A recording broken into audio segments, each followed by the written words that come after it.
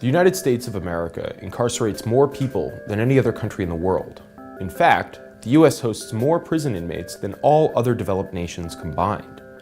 As of 2010, the world population was over 6.8 billion people, with an estimated 9.8 million in jail. This figure, compiled by the International Center for Prison Studies, refers both to individuals held in jail awaiting trial and inmates serving time after sentencing. So there are 9.8 million human beings on planet Earth living inside of cages that we know of. In 2010, the US was home to about 309 million people, 4.5% of the world's total population, but housed 23% of the world's prisoners. So take a moment to think about what this means. It means we imprison more people than enormous autocratic countries like China. We imprison more people than Russia.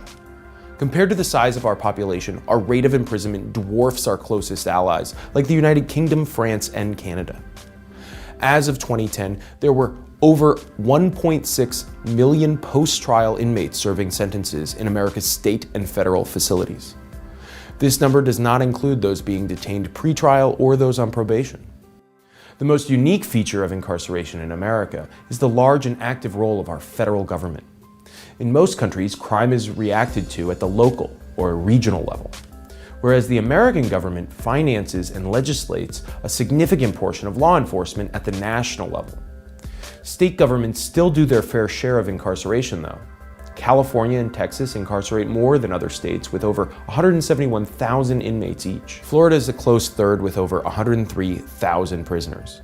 But no single state locks up more people than the federal government, with over 208,000 inmates. Perhaps the nickname Land of the Free, Home of the Brave should be updated. Though I suppose you need to be brave to endure the highest likelihood of incarceration the world has ever known. Prisons are not what we think about when we think of America, and they shouldn't have to be. A free nation shouldn't imprison so many people, and a fiscally responsible nation can't afford to. With close to $40 billion a year in state correctional spending, the financial costs are obvious and staggering alone, but the human costs are often underappreciated. 1.6 million fathers and mothers, brothers and sisters, sons and daughters of American families are incarcerated. It's time for people to realize that the criminal justice system in America is desperately in need of reform.